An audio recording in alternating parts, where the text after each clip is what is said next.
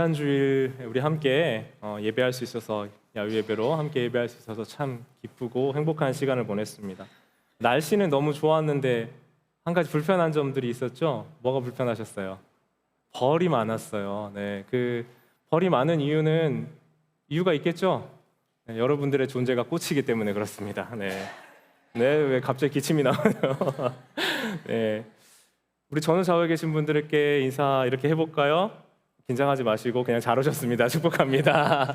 네, 괜찮으신 분들은 서로의 꽃과 같은 존재를 바라보면서 향기가 납니다. 고백해주셔도 좋습니다. 네, 할미꽃이라고 하지는 마시고요. 네, 여러분 레크레이션으로 하나 되는 시간에 우리가 같이 이색 OX 퀴즈를 같이 했거든요. 그 이색 OX 퀴즈 할 때 뭐 맞추고 틀리고가 중요한 게 아니라요. 무슨 내용이었냐면 기억하세요? 우리 김영실 권사님하고 혜성이하고 팔씨름을 하면 누가 이기나 뭐 이렇게 뭐 알 수 없는 거였어요. 또 한 가지는 이명자 권사님과 신동현 자매가 하면 눈싸움을 누가 이길까? 이걸 어떻게 알아요? 해보는 거죠. 네. 그렇게 해서 OX 퀴즈 해서 함께 재미있는 행복한 시간들을 보냈는데요. 나중에 우리 눈싸움 진 권사님이 그 얘기를 들었어요. 눈싸움을 져서 어찌나 미안한지. 왜냐면 자기가 지는 건 상관이 없는데 자기를 믿고 줄을 섰던 사람들 있잖아요. 그 사람들이 우르르 탈락하게 되니까 너무 미안해가지고 고개를 들 수 없었대요. 근데 그랬더니 우리 팔씨름에서 간발의 차로 졌던 혜성이가 와서 따뜻하게 안아주면서 괜찮아요, 저도 졌어요, 이렇게 안아주더라는 거예요. 근데 그 권사님이 그 순간 뭘 느꼈냐면 예수님이 와서 안아주시는 거 맞아요. 그런 비하인드가 있었더라고요, 여러분. 여러분 생각하기에 따라서 우리가 굳이 그 시간을 그 고난에 동참하지 않아도 됐잖아요. 그런데 함께하며 보냈던 그 시간에 중요했던 행복했던 의미는 뭐냐면요, 그 모든 시간들을 함께 보내면서 우리가 함께 보내는 시간 때문에 행복하고 하나 되고 그리스도의 사랑을 함께 느낄 수 있는 시간이었던 줄 믿습니다. 그래서 그렇게 우리가 한 가족 공동체가 되어가고 있구나라는 것을 느낄 수 있었습니다.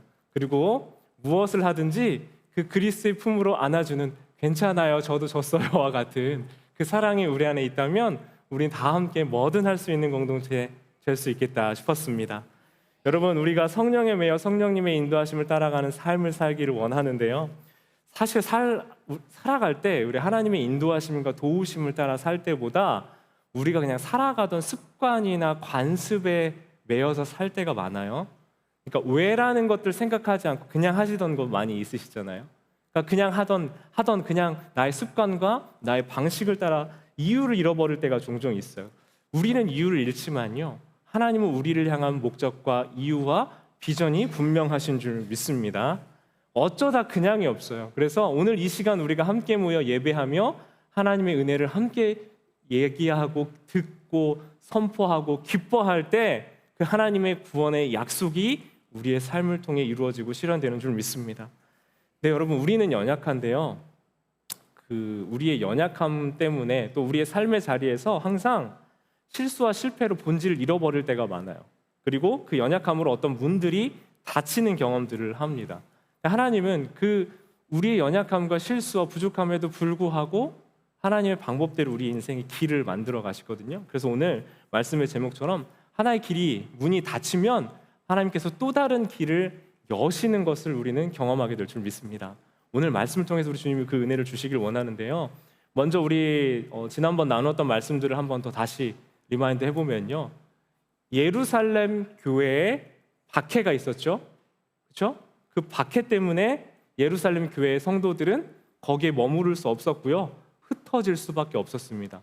여러 지역으로 흩어졌던 사람들 중에 안디옥 지역에 와서 안디옥에서 유대인이 아닌 비유대인을 우리 성경에서 이방인이라고 표현하죠. 그 이방인들에게 말씀을 전하게 되었고, 그로 인해서 그 안디옥 지역의 교회가 커져갔어요. 그곳에 그래서 예루살렘에서는 바나바라는 사람을 보냈고, 그 바나바를 통해서 그 교회를 목회했고, 그 교회 공동체가 계속 자라갈 수 있었습니다. 여러분, 그 안디옥 교회가 이제 오늘 본문 13장에서는요, 바울과 바나바 이 두 사람을 선교사로 파송하는 거예요.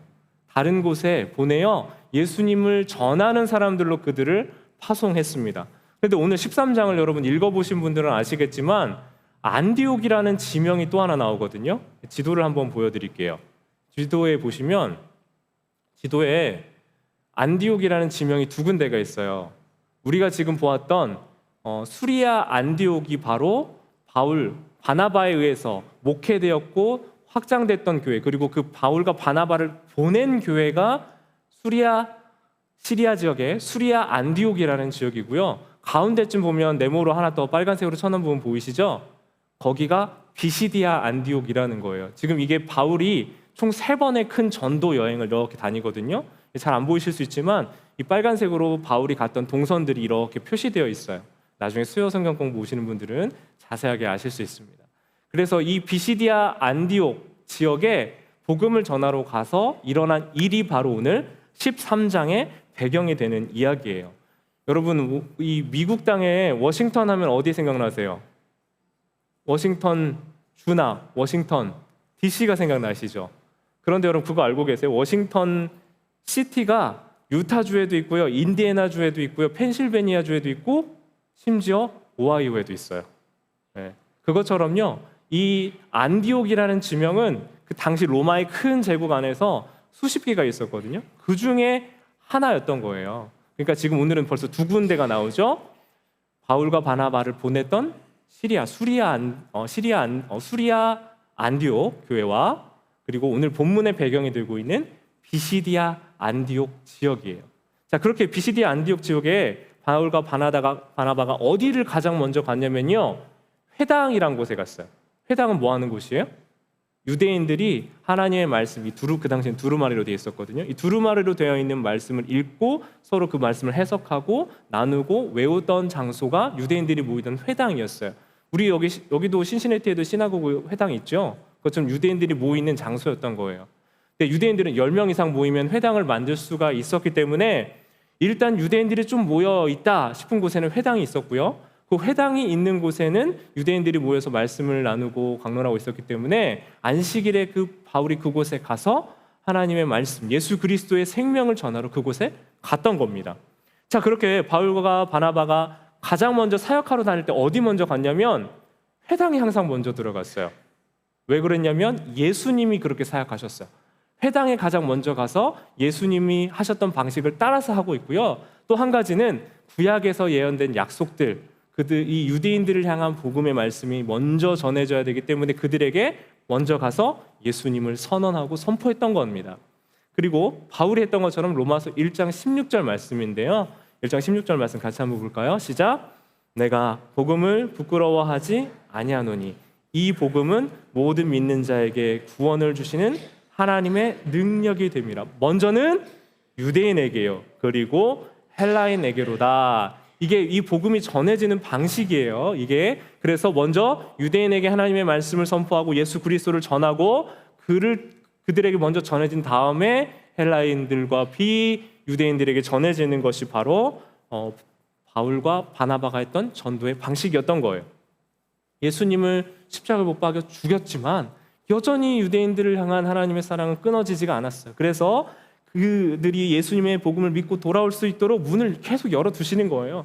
바울을 통해서, 선지자들을 통해서, 사도들을 통해서 계속 말씀이 전해질 수 있게 하셨던 겁니다. 그런데 오늘 여러분, 제가 지금까지는 사울이라는 표현을 했는데 오늘 본문부터는 바울이라는 우리가 잘 알고 있는 익숙한 사람의 이름이 나와요. 사울하고 바울은 같은 사람이에요. 그래서 13장 9절을 보면요, 이렇게 표현돼요. 바울이라 하는 사울이 성령이 충만하여 그를 주목하고 라고 되어 있어요. 오늘 13장 9절에 이렇게 같이 쓰인 이후부터는 사울을 어떻게 표기해요? 바울로 표기해요. 왜 그럽니까? 우리가 이제 신앙생활 오래 하신 분들은 바울이 예수님 만나고 변화되어서 이제는 이 바울이 되었다라고 알고 계신 분들이 있어요. 그러니까 오해가 쌓여서 어떻게 전달됐냐면요, 사울은 큰 자고 바울은 작은 자라고 해석을 해서 이제 하나님을 믿고 큰 자가 작은 자가 되었다라고 고백해서 그래서 바울이 되었다라고 오해합니다. 근데 사실은 그것과는 전혀 관계가 없어요. 왜 그러냐면 이게 사울이라는 이름이 지금 유대 지역, 예루살렘 지역에만 있을 때에는 별 문제가 없어요. 이 사울이라는 이름은 듣다라는, 하나님께 구하다라는 의미를 갖고 있거든요. 그런데 이 사울이라는 단어가 이 헬라 지방에 가면, 헬라어는 그 당시 로마의 공용어이고 지금의 그리스어입니다. 그 그리스어로 해석을 하면 이 사울이란 말이 뭐와 가까웠냐면 이 사울로스라는 말하고 비슷했어요.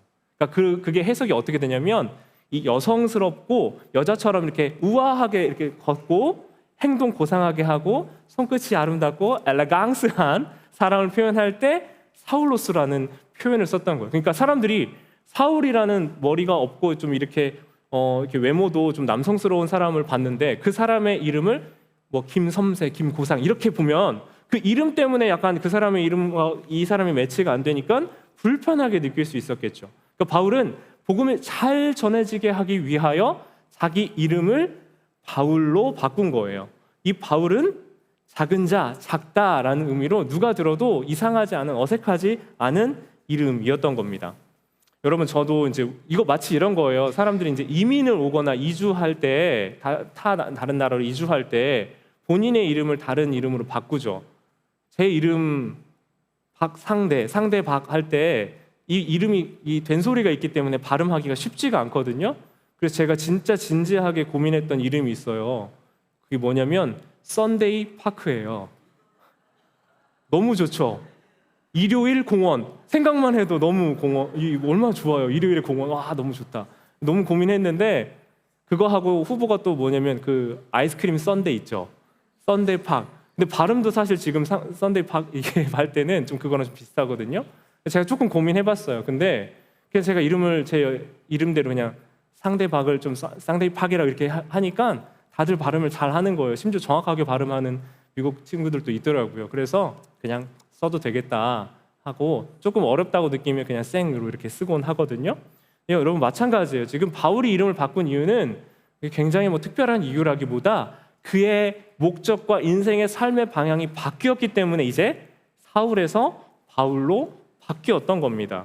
그렇게 바울이 안디옥과 비시디아의 안디옥에서 안식일에 가서 이제 회당에 가서 하나님의 말씀을 일단은 들어갔는데, 회당은 오늘은 우리 주일 예배 설교자가 누구예요?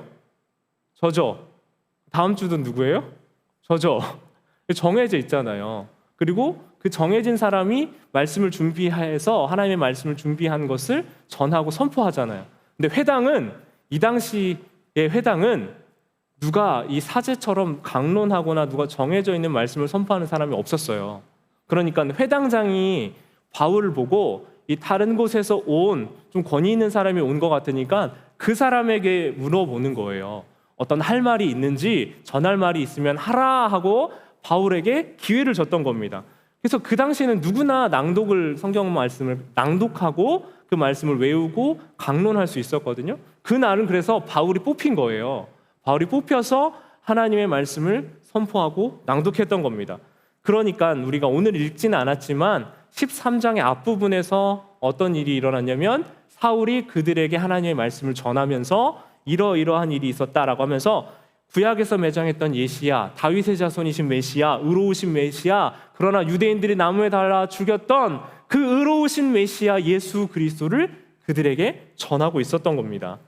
그들이 잘 알고 있는 구약 설명에 대해서 이렇게 설명을 하면서 오늘 하나님의 말씀을 예수 그리스도까지 연결시켜서 선포해서 싹 이렇게 전하고 나니까 그 반응이 오늘 우리가 처음 읽은 구절 있죠. 제가 읽었던 13장 42절에 나왔던 거예요. 그들의 반응입니다. 13장 42절 같이 한번 읽겠습니다. 시작. 그들이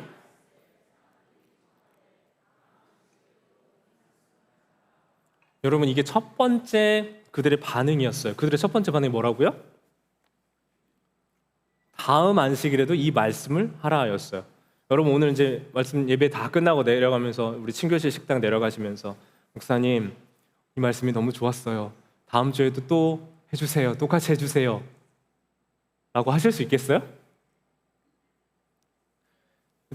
네. 감사해요. 다음 주에 만약에 같은 설교 하면 아무리 좋은 설교였다 해도 같은 설교를 하면 여러분 어떻게 느끼시겠어요? 목사님 설교 준비를 안 하셨네. 생각하시겠죠. 근데 여러분, 그들이 구약 말씀에 대해서 이렇게 온전한 해석이 가능하고 예수 그리스도까지 연결되어 있는 말씀, 복음의 말씀, 생명의 이야기를 듣고 나니까 그들이 너무 감동된 거예요. 그리고 그 말씀을 온전히 잘 수용할 수 있는 사람들이 너무 기쁜 나머지 바울에게 다음 주에도 다음에 안식일에도 이 말씀을 또 전해주세요라고 말했던 겁니다. 그리고 나서 실제로 어떻게 했냐면 입소문이 났어요. 이 바울을 통해서 전해지는 말씀이 입소문이 나니 오늘 성경 본문에서는 어떻게 표현되어 있냐면요, 그 비시디아 안디옥에 있는 사람들이 다 왔다고 표현할 정도로, 약간의 과장은 있겠죠. 그러나 그 마을에 있었던 수십만의 사람들이 다 왔다고 표현될 정도로 수많은 사람들이 입소문을 타고 하나님의 말씀을 들으러 왔던 겁니다. 여러분, 함께 우는 것, 함께 웃는 것 중에 뭐가 더 어렵다고요? 함께 웃는 게 사실은 진짜 어렵거든요. 근데 이 유대인들이 하나님의 말씀이 잘 선포되는 것을 보면서 좋아했던 게 아니라 그 마음에 불편한 감정이 들었어요. 45절을 보면 마음에 시기가 가득했다. 그리고 바울이 말한 것을 반박했다라고 표현되어 있어요. 마음에 불편하고 시기가 가득해가지고 바울이 하고 있는 말을 반박하고 비방하고 있던 거예요. 근데 그들은 어떤 사람이었냐면, 그들은 어떤 사람이었어요? 하나님의 말씀을 너무 잘 알고 외우는 사람이었던 거예요. 그런데 그들이 알고 있던 말씀이 어떠하든지 간에 그들은 바울의 말을 그냥 덮어놓고 비방하고 예수 그리스도 전파하는 게 싫었던 겁니다. 두 번째 반응이 나오죠. 첫 번째는 수용하고 받아들였던 사람이 있었고요. 두 번째는 원망하고 비방하고 반박했던 사람들, 거부했던 기득권들이 있었어요. 그들을 어떻게 표현하고 있냐면요, 조금 오늘 13장에 우리 42절부터 읽었지만 27절을 가보면 그들에 대해서 바울이 이렇게 표현해놨어요. 13장 27절, 예루살렘에 사는 자들과 그들 관리들이 예수와 및 안식일마다 뭘 해요? 외우는 바. 구약의 말씀을 달달달달달달 줄줄줄줄 외우는 겁니다. 그리고 선지자들의 말을 알지 못했음. 여러분, 이게 같은 표현으로 한 줄에 있어야 되는 표현이요. 외우는데 알지 못했어요. 이게 한 문장 안에 같이 통용될 수 있는 단어예요. 외우면 알아야죠. 그런데 외우지만 선지자들의 의미, 그 말씀의 의미를 알지 못했다는 거예요. 여러분, 유대인들은요, 외우긴 했지만 그 의미를 알지 못했어요. 외우기도 외우고 누르면 버튼처럼 툭툭툭툭 어디 몇 장 몇 절이 툭툭툭툭 나왔지만 예수님이 그리스도시고 메시아라는 걸 깨닫지 못했다는 거예요. 여러분, 유대인들이 바울로 인해 자기의 세상, 정체성, 이 해석이 흔들리는 것 견딜 수가 없습니다. 그리고 종교 지도자들은 하나님의 이름으로 자기가 밥 먹고 사는데도 그 하나님의 말씀이 전해지는 것 싫었고, 그래서 가로막게 되었던 거예요. 눈은 뜨고 있으나 보지 못하고 귀로 듣고는 있으나 깨닫지 못하는 그들의 영적 장님과 소경 상태에 그들이 있었다는 거예요. 여러분, 우리가 말씀을 아예 모르고 외우지 못하는 것도 문제지만 안다고 외운다고 해서 그것을 모두 깨닫고 이해하고 있는 것이 아니라는 거예요.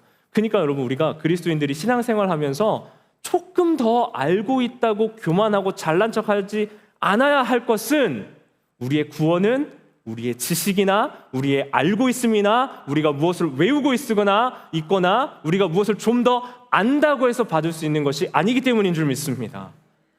그러니까 여러분, 잘 알고 있다고 해서 교만할 게 없어요. 여러분, 특히 저 같은 목회자를 비롯해서 우리 그 성경을 오랫동안 알고 믿어왔던 분들은 더 자랑할 것이 없다는 거예요. 왜요?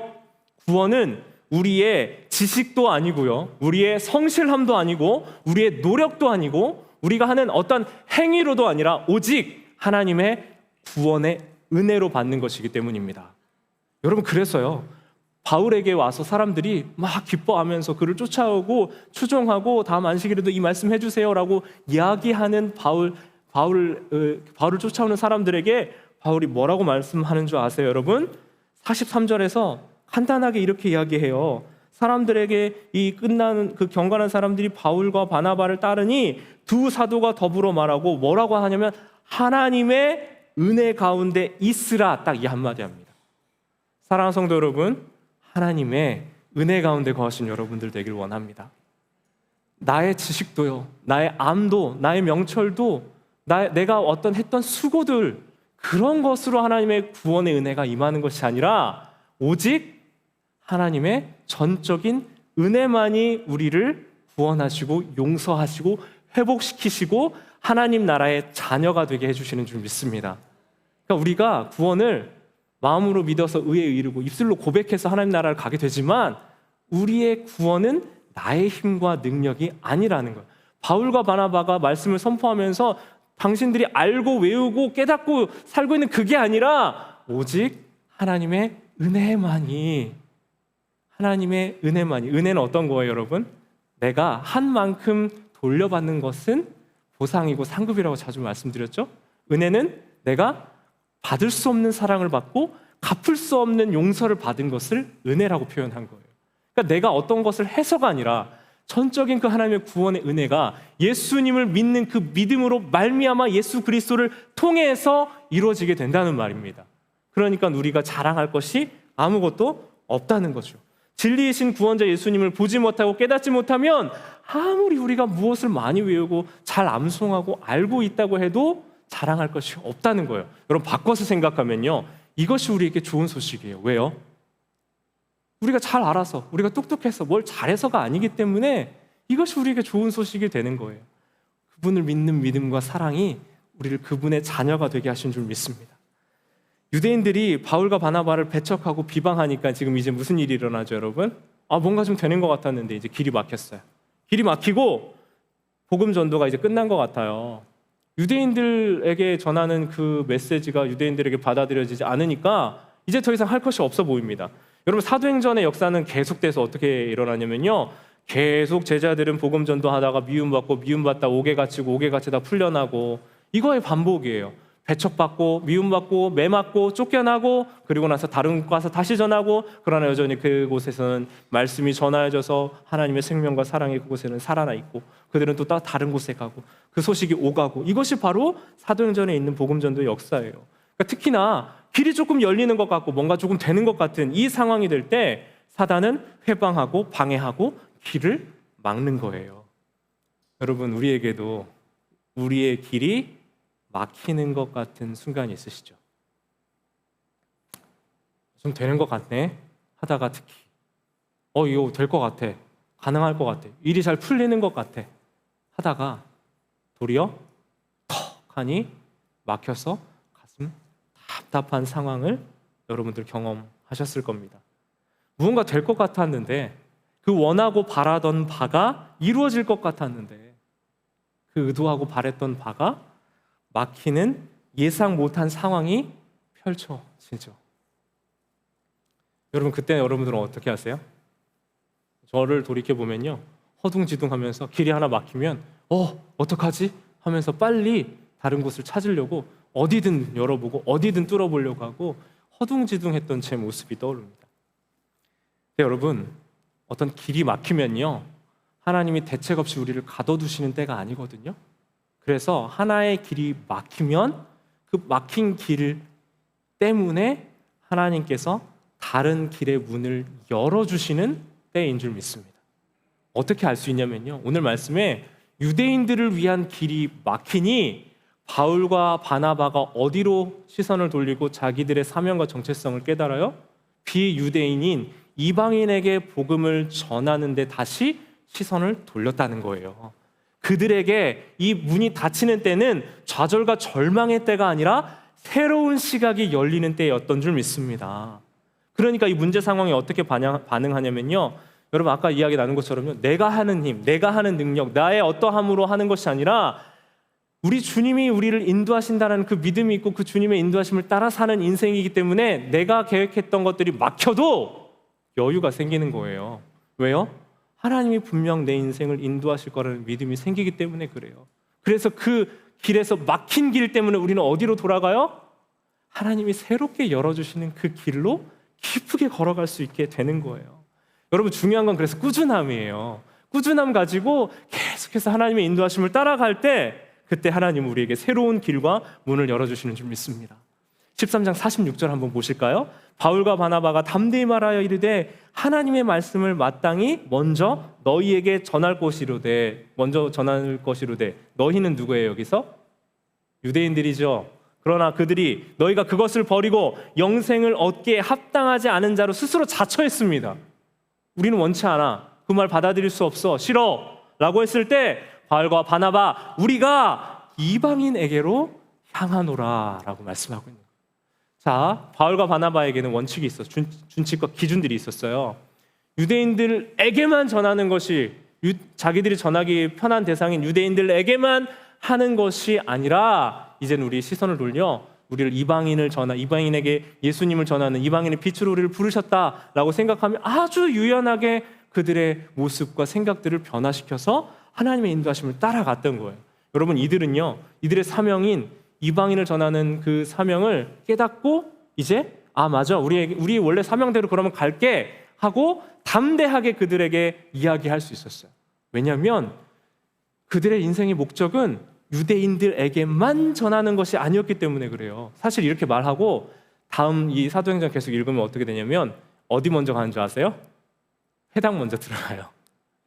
앞으로 나는 다시는 유대인들에게 복음 안 전해 라고 말했던 게 아니라 여기에서는 너희들에게 전하지 않고 이제는 너희들이 맞고 거절하기 때문에 유대인이 아닌 비이방인에게 전할 거야 라고 하고요. 그 뒤에 가면 회당에 가서 또 말씀 선포하고 예수님 전하는 일을 해요. 그런데 이곳에서 유연하게 움직일 수 있었던 이유가 뭘까요? 한 길이 막혔을 때 그들은 그들 사명의 본질을 깨닫는 거예요. 그리고 우리를 이방인의 빛으로 부르셨다라고 표현하는 47절의 말씀을 기억하고 선포해요.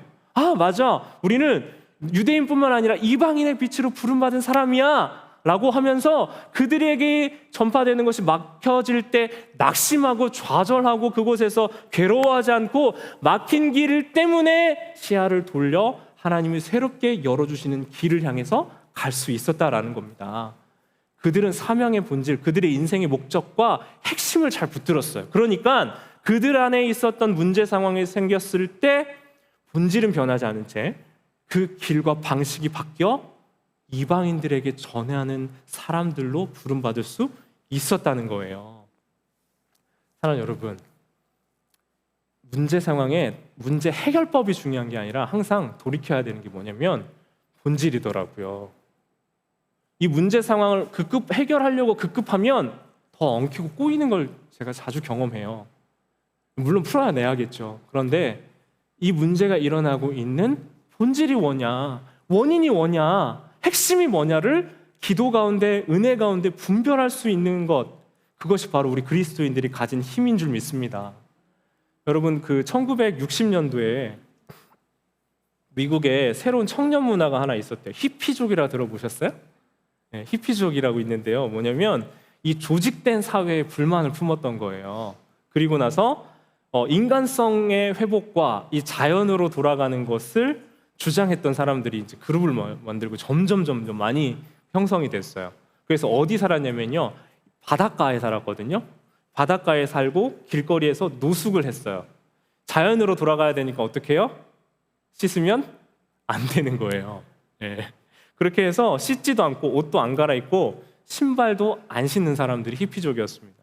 근데 이제 이 사람들에게 그 당시 미국의 갈보리 교회의 척 스미스라는 목사님이 그들에게 예수님을 전했어요. 복음을 전했어요. 그러니까 그들에게 복음이 전해지니까 그들이 정말 예수님을 받아들이고 교회로 몰려들기 시작했어요. 근데 그들이 교회에 이렇게 막 몰려드는데 문제가 뭐예요, 여러분? 노숙하면서 안 씻었어요. 그러니까 일단 냄새가 조금 많이 났거든요. 냄새가 나고 그들이 어디에 살았다고요? 바다에 뭐가 많아요? 뭐가 많아요? 해산물이요? 모래가 많지요. 모래가 온 몸에 모래가 이렇게 끼어 있었던 거예요. 그런데 신발을 안 신었어요, 이 사람들이. 근데 그 사람들이 교회를 들어오면 미국 교회는 뭘로 돼 있어요? 우리 교회 바닥처럼 카펫이 돼 있던 거예요. 모래먼지가 잘 빠지지도 않았던 거죠. 60년 되면 뭐 지금처럼 청소기가 좋지도 않았을 겁니다. 남루한 옷차림에 머리는 길게 늘어뜨리고 신발은 안 신고 그리고 몸에는 퀴퀴한 냄새에 온몸에 모래가 묻어 있었어요. 여러분, 우리 그 의자에 보시면 구멍 하나씩 있죠. 동그란 구멍. 없어요? 있어요? 없나? 있는 의자들이 있어요. 원래 성찬기가 하나씩 달려 있거든요. 그 성찬기를 끼우는 구멍이 이렇게 있어요. 교회 장의자에 보면. 근데 이 히피들이 와가지고 뭐 하냐면 발가락을 그 성창기 끼우는 데죠. 거기다 끼우고 예배를 드리는 거예요. 그러니까 이제 교회에서는 이제 난리가 난 겁니다. 교회 중직자들이 교회 분위기 망친다고 걱정하기 시작했고, 교회를 온 구석구석을 다니면서 뭘 하냐면 모래를 다 떨어뜨리는 거예요. 막 상상해 보세요, 여러분. 실컷 주일 앞두고 청소 다 해놨는데 막 모래 난장판 막 가는 데마다 모래. 여러분 어떨 것 같으세요? 좋으세요? 환영합니다. 모래 좋아요 하실 거예요? 교회 중직자들이 이 척 스미스 목사님한테 가가지고 이렇게 얘기해요. 히피들 때문에 교회가 지저분해지고 카펫이 망가진다고. 이 목사님 뭐라고 반응하셨을까요? 이렇게 대답하셨어요.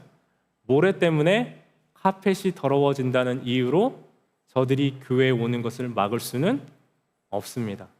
그러니 그 카펫을 걷어버리십시오.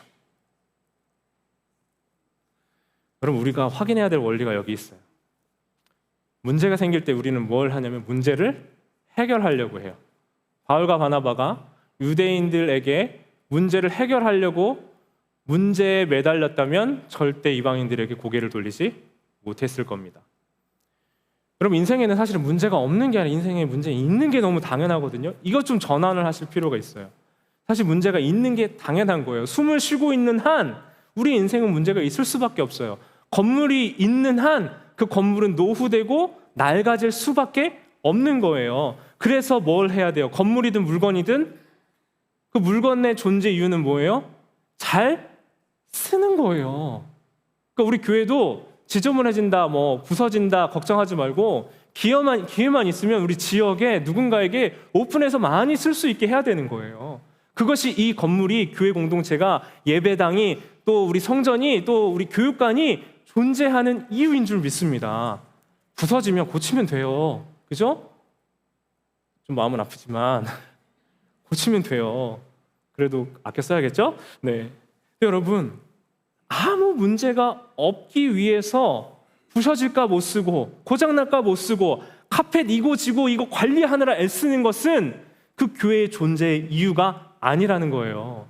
카펫 걷어버리십시오 했던 그 척 스미스 목사님의 그 한마디에는 저는 이 목사님 본질을 붙잡고 계셨기 때문에 이 말씀이 가능하다고 느껴졌어요. 우리 신시대티 한인장로교회도 그 본질을 붙잡고 인생의 목적과 사명을 온전히 붙들고 살아가는 우리 모두가 되기를 주님의 이름으로 축원합니다.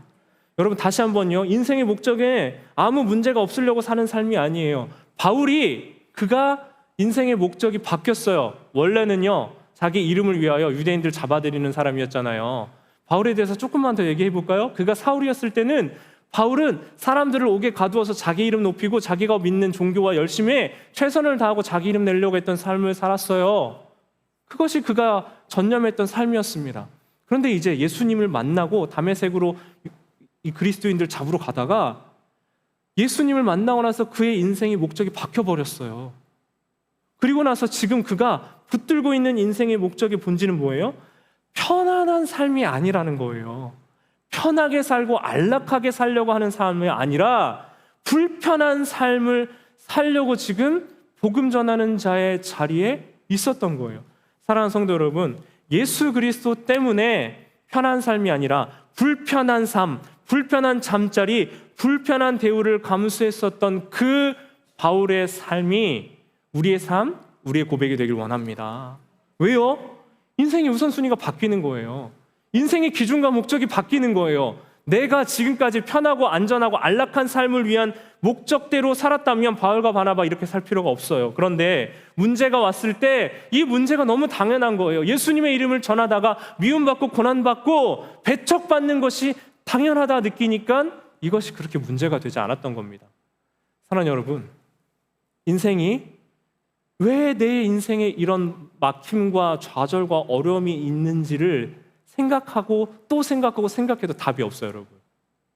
아무리 그거에 대한 답을 찾으려고 해도 인생에 제가 고통에 대한 문제들 아무리 여러 책을 봐도요, 그에 대한 답은 알 수가 없어요. 근데 하나 알게 된 것은요, 우리의 인생의 목적은 고통이 없기 위해 사는 삶, 편안하기 위해 살기 위해 이 땅에 보내지지 않았다라는 거예요. 인생의 목적은 하나님의 말씀, 그러니까 이렇게 되는 거죠.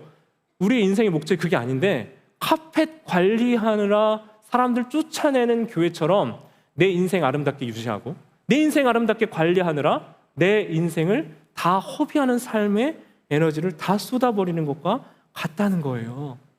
그래서 바울이 뭐라고 표현하냐면요, 오늘 유대인들을 향해 자기의 목적과 기준을 분명히 하면서 46절에 이렇게 이야기합니다. 바울과 바나바가 담대히 말하여 이르되 하나님의 말씀을 마땅히 너에게 전할 것이로되. 담대히 말한다. 내가 담대히 말한다. 왜요? 담대히 하나님이 너희에게 전하게 하신 그 하나님의 말씀을 전하는 것이 내 인생의 목적과 사명이다라는 거예요.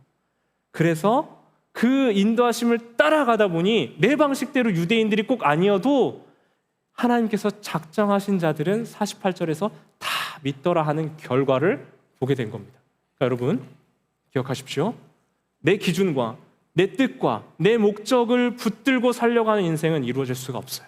그러나 기준과 본질과 하나님의 뜻을 붙들고 살고자 하는 사람은 하나님이 우리 인생을 어떻게 인도해 가시고 경영해 가시든 꾸준함과 신실함 가운데 하나님의 뜻과 목적을 우리 삶 가운데 실현해 갈 수 있게 되는 줄 믿습니다.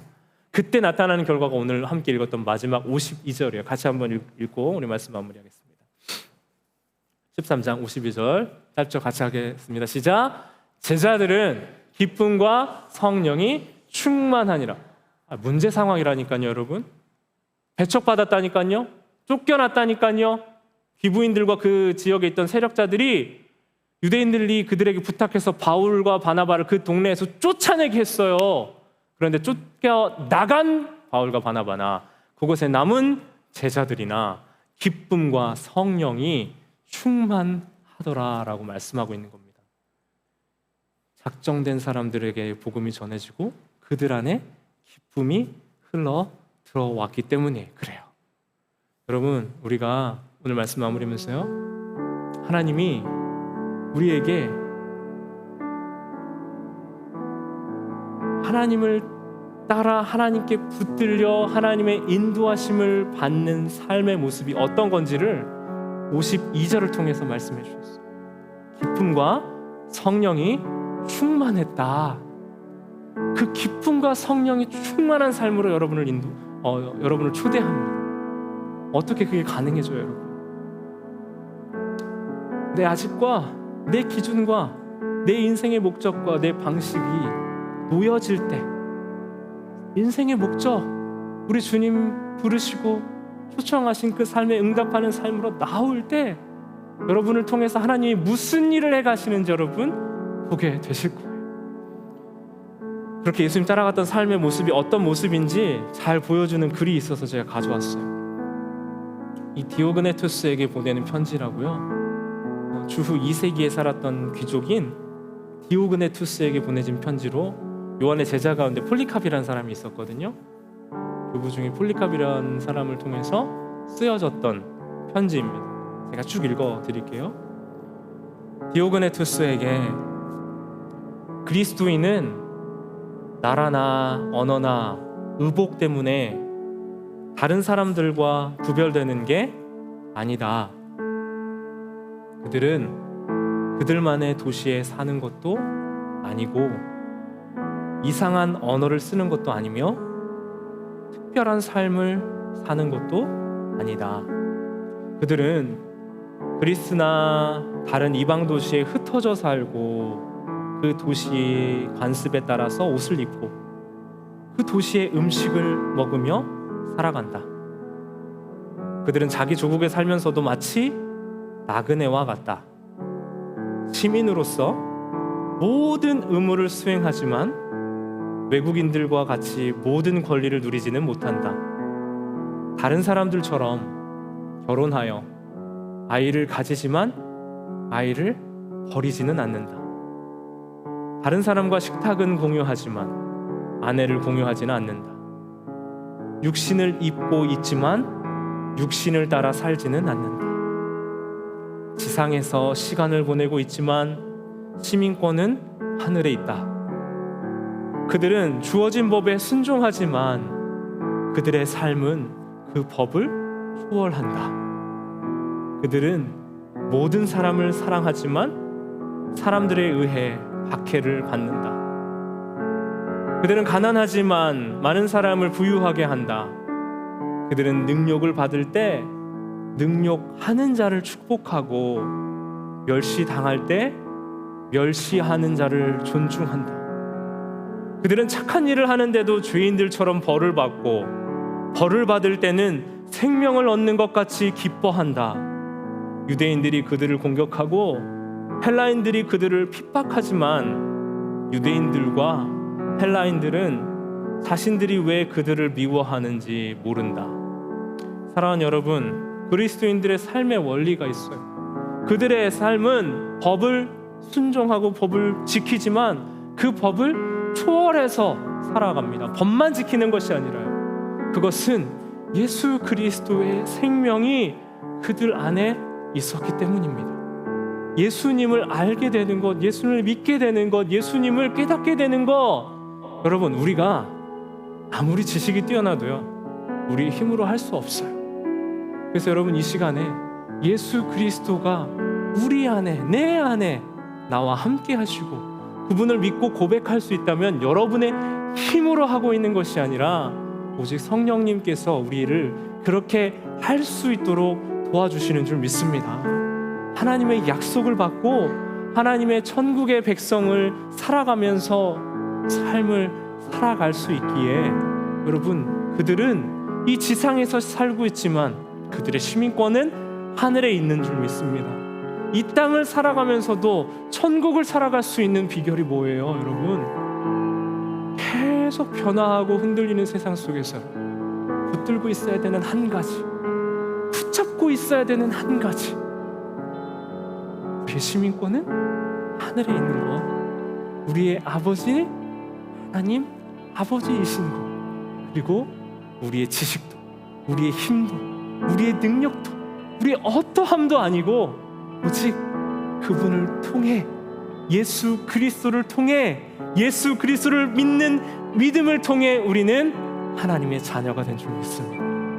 시간 같이 기도하며 나아갈 때요, 여러분, 오늘 말씀 제목처럼 한 길이 막히면 여러분 분명히 다른 길이 열릴 거예요. 우리가 길이 막혀질 때 새 길을 여시는 그 주님을 이 시간 함께 찬양했으면 좋겠어요. 여러분, 길이 막혔다고, 길이 없다고 염려하고 걱정하지 마세요.